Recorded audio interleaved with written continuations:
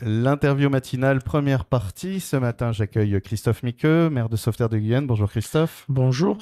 Alors Christophe, si je vous reçois aujourd'hui, c'est parce qu'on est à la fin de l'année. On est à la fin de l'année bientôt. Et qui dit fin d'année dit fête de fin d'année. Et aussi dit un petit récap de l'année qui s'est déroulée avec beaucoup de choses. Je propose qu'on parle déjà de la fête qui arrive, du programme de Noël, parce qu'il y a 3 jours d'animation organisés à partir du 17 décembre. Ça commence. C'est ça.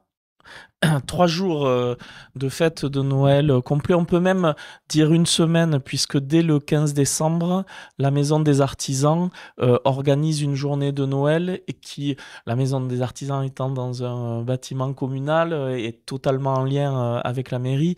Ben voilà, on inclut évidemment la belle journée que fait la Maison des Artisans le 15 décembre dans cet ensemble des événements festifs du programme de Noël.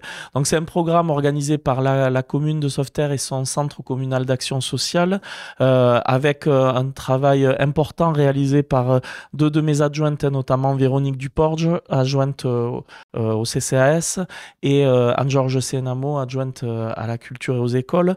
Et le programme a été réalisé en lien avec tous les services municipaux, les acteurs de l'éducation, évidemment les écoles. Et l'idée, c'est d'avoir, comme on avait commencé à faire l'an dernier, une déclinaison des fêtes de Noël tout au long de la semaine. Alors ça commence le jour du marché, Et oui. bien sûr, le moment central de début de semaine à Sauveterre, ça reste toujours évidemment le marché. Il y aura un stand de l'école élémentaire pour vendre des décorations qui sont réalisées par les élèves, et qui sert à l'association après de l'école pour faire des sorties, organiser des choses pour notre école élémentaire. Le 18 décembre, c'est la grosse journée de Noël au sein de la salle Saint-Romain et de la médiathèque. Alors, la médiathèque, d'abord, le matin, va organiser un spectacle pour les enfants, avec une structure qui s'appelle les Maisons de l'Arc-en-Ciel, l'horrible compagnie. Donc c'est faut pas s'attacher au nom. C'est un très très beau C'est le Grinch. spectacle, voilà, à découvrir. C'est pour les enfants de 6 mois à 4 ans. Donc on est vraiment pour les tout petits, Mhm. un beau spectacle pour les tout petits. Alors j'encourage évidemment tous les parents, tous les assistantes maternelles à venir et à s'inscrire pour venir, comme il y aura sans doute, les places seront limitées. Donc ça sera le début de la journée, et puis l'après-midi. Le début d'après-midi, il y aura, avec les agents de la médiathèque, les deux élus, les deux adjoints dont je parlais, et puis je serai là aussi, et d'autres, et bien d'autres. Il y aura une après-midi jeu de société de Noël. On va s'amuser avec tout le monde pour pouvoir passer du bon temps ce mercredi après-midi avant que le Père Noël arrive. Parce que je crois, on m'a dit en tout cas, Ah, mes deux adjointes m'ont dit, les services m'ont dit que le Père Noël serait là cet après-midi-là. Je n'en dis pas plus. On aura un goûter de Noël à 16 heures, mais il me semble qu'il y a une visite du Père Noël qui sera dans ces eaux-là. Voilà. donc guettez Donc, les bruits de traîneau. guettez les traîneaux qui arriveront dans la Bastide. Et puis en fin d'après-midi, un concert avec la chorale Florilège en Bastide. Un concert, puis du vin chaud, du chocolat au Parce que lait. Noël. Voilà, c'est Noël, et tout le monde est heureux. Le lendemain, le jeudi 19, en salle Saint-Romain, on aura la comédie musicale des Guyenos, nos amis les Guyenos, qui maintenant, tous les ans, viennent faire le spectacle de Noël à Sauveterre, et on en est très content. Et là aussi, vin chaud, chocolat au lait, voilà. Donc à 18h30 les Guyenos, et Et la alors, veille à 18h30 aussi pour Florilège en Bastide. et les Guyanos, rappelons qu'ils reviennent avec un spectacle où eux aussi ont perdu le Père Noël et ils le cherchent. Et c'est un Exactement. spectacle qui a été refait par rapport à ce qui a pu être proposé l'année dernière. Il y aura Exactement, c'est pas des le titres même inédits, spectacle, il y aura... c'est un spectacle effectivement amendé, amélioré, travaillé, retravaillé, puisque je sais qu'ils y travaillent beaucoup et qu'ils répètent beaucoup. Cette belle association dont le siège est à Blasimont, chez nos voisins de Blasimont. On aura aussi dans les écoles de beaux événements. Alors on l'a pas mis dans le programme en lui-même, qui est un programme ouvert à toute la population, celui dont on vient de parler, mardi, mercredi, jeudi. Mais dans la même semaine, le mardi matin, l'école maternelle aura le spectacle de Noël offert par la mairie. Le jeudi, il y aura aussi un spectacle de Noël offert à l'école élémentaire par la mairie. Donc là, c'est ouvert à tous les enfants de l'école, évidemment. C'est pas ouvert au public, mais tous les enfants des écoles ont tous les ans droit à 2 spectacles de Noël. C'est fait en partenariat avec Musique en Bastide et avec l'IDAC de la Gironde. C'est des spectacles de l'IDAC que la mairie achète et travaille avec Musique en Bastide pour les mettre à disposition des enfants de nos 2 écoles. Je sais que le mardi soir aussi, il y a le spectacle des enfants de l'école maternelle où les parents de l'école maternelle sont très très présents comme tous les ans pour voir leurs enfants faire chanter, danser pour Noël. Et puis, on terminera, après la semaine de Noël, on prévoit un petit moment convivial sur le marché de la semaine suivante, le 24. Ouais.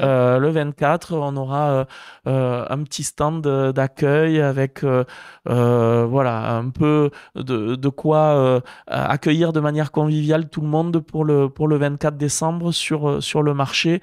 Le marché d'avant Noël qui sera un tout petit peu marché de Noël, même si ce sera évidemment les mêmes marchands et commerçants qu'habituellement qui seront présents. Mais on sait que c'est un marché, le marché de la veille de Noël que tout le monde aime bien, où on vient faire ses dernières provisions avant le réveillon.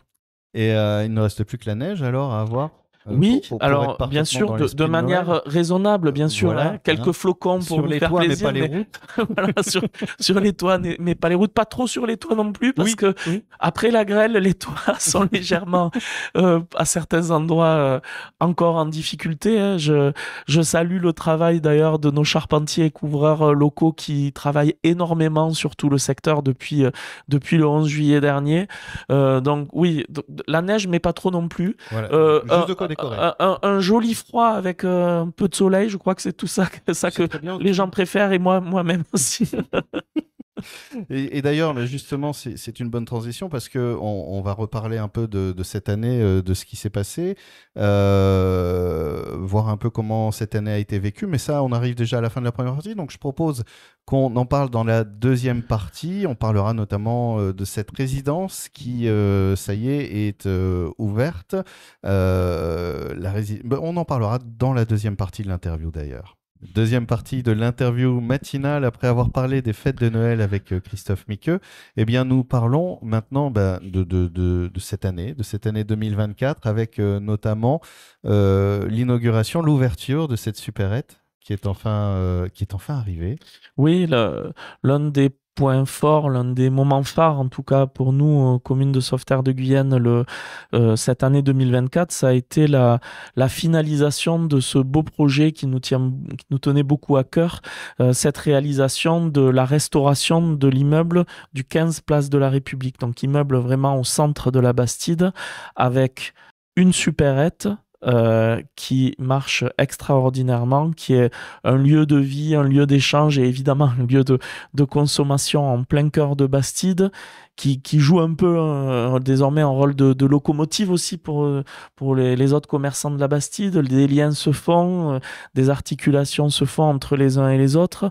On est très heureux de ce commerce ouvert tous les jours de la semaine qui répond à des besoins qui était très important et très attendu. La structure était très attendue par les habitants, et pas simplement les habitants de la Bastide, les habitants de la commune, mais plus globalement les gens qui travaillent dans la commune, les habitants des communes voisines qui régulièrement passent aussi dans cette supérette. Donc un magnifique projet, les gens très de passage, qualitatif, les gens de passage, qui, les du coup, ont touristes. un point de commerce pour acheter. Donc souvent. on est vraiment très heureux de cette réalisation, et puis tous ceux qui sont rentrés, ils sont très nombreux, voient la qualité des mobiliers, la qualité de la réalisation et la qualité des produits aussi qui sont proposés dans cette supérette. Donc vraiment, on est très très heureux et on sait que ça marche et ça va marcher encore mieux au fur et à mesure, et c'est voué à s'inscrire dans le temps, évidemment, et à perdurer très longtemps. Donc, on est très heureux du partenariat aussi avec les commerçants et l'enseigne Vival. Par ailleurs, au-dessus de cette supérette, on a 5 logements, 3 logements non sociaux et 2 logements sociaux. Les 5 logements sont, ça y est, pourvus. Les 2 logements sociaux et les 3 logements non sociaux. Les 2 commerçants, les 2 salariés de la supérette sont logés là. C'était un des enjeux aussi de travailler totalement dans la proximité. Et ça permet d'avoir réalisé un ensemble commercial et de logement qui a vraiment qui je crois aujourd'hui coche toutes les cases dans ce qui est attendu en termes de projet de centre urbain d'une commune rurale comme la nôtre, apporter des services nouveaux, apporter ce qui est attendu par la population, répondre à des besoins en logement, en commerce, mais également le faire dans la qualité, dans les meilleurs matériaux, dans un enjeu de transition énergétique, écologique réfléchi et dans la proximité. Voilà, en faisant évoluer toujours le projet en fonction de ce que nous disent les uns et les autres pour que ce soit toujours au mieux. Et c'est vrai que c'est le centre de Sauveterre est animé tous les jours. Tous les jours. Et ça, c'est quand même très précieux pour la ville. Et on peut se réjouir vraiment d'avoir des commerçants si actifs dans la ville, de ne pas avoir de vitrine fermée.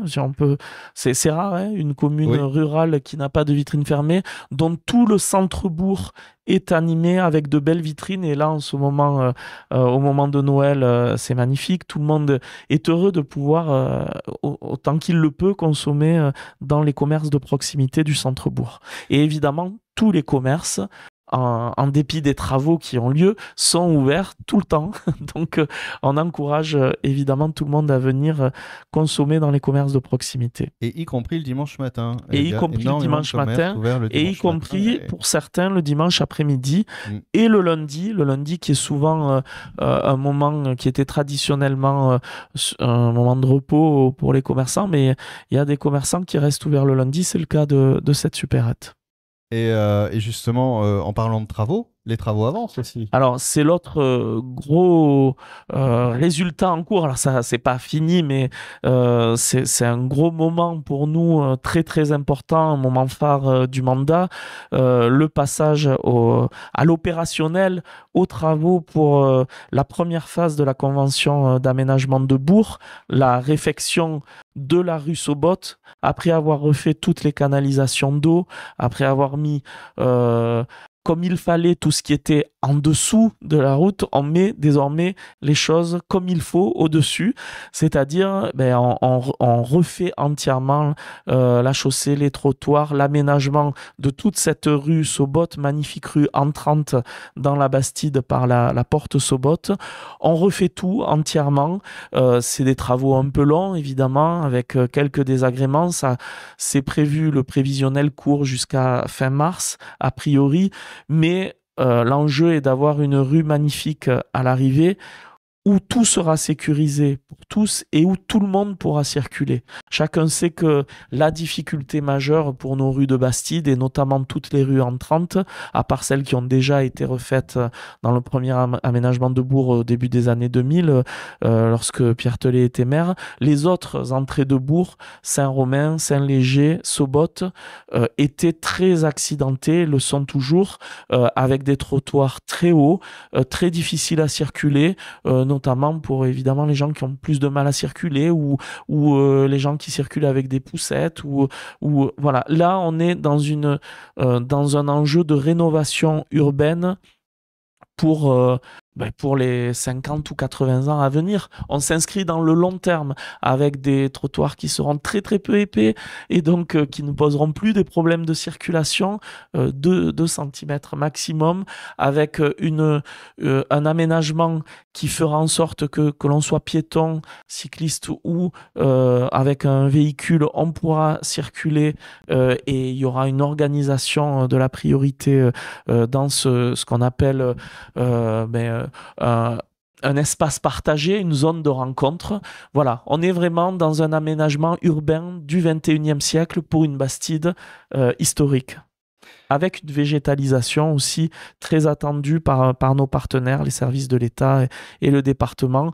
L'enjeu, et l'architecte des Bâtiments de France y tient beaucoup aussi, c'est de faire que nos Bastides très minérales soient un peu végétales. Donc, quelques plantations, quelques arbres qui n'enlèveront pas le soleil dans nos rues et dans nos maisons, mais qui permettront de verdir un petit peu notre Bastide. Et d'apporter un peu de fraîcheur l'été Et un peu aussi. de fraîcheur l'été, comme ça avait été fait aussi sur la place. Voilà.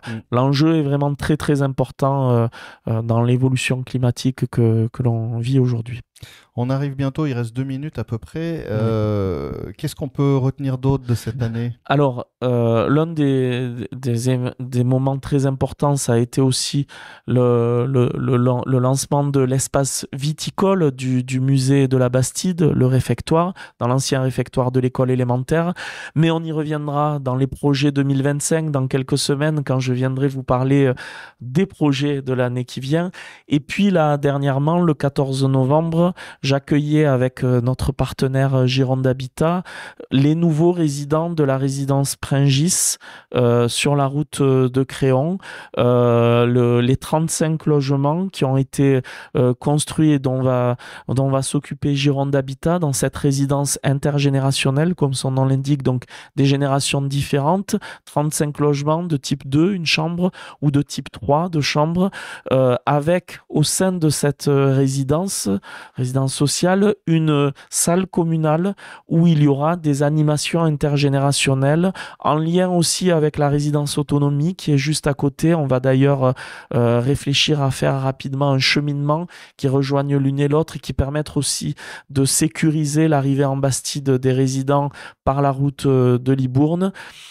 Et cette résidence porte pour nous symboliquement le nom d'Albert Escabas, ancien résistant décédé il y a quelques années et qui était le président de l'ANACRE, les amis de la résistance et du Conseil national de la résistance dans ce secteur. C'était en hommage aussi aux 80 ans de la libération qu'en 2024 on a donné nous symboliquement le nom à la résidence. Administrativement, elle restera résidence Pringis, mais symboliquement une plaque sera mise en l'honneur d'Albert Escabas, et puis la salle communale gérée par le Centre communal d'action sociale où auront lieu l'ensemble de ces animations dont je parlais portera le nom d'Albert Escabas, ce résistant local qui vivait dans ce secteur de Pringis et qui a vécu toute une partie de sa vie à cet endroit-là.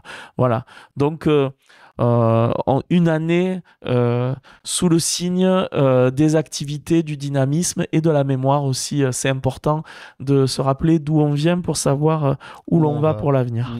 Tout à fait. Et là, par exemple, on peut aller notamment très prochainement profiter de ces jours de fête pour ce programme de Noël avec notamment de très très beaux spectacles le mercredi et le jeudi. On vous a donné toutes les infos dans la première partie de l'interview. Merci beaucoup, Christophe. Merci à vous.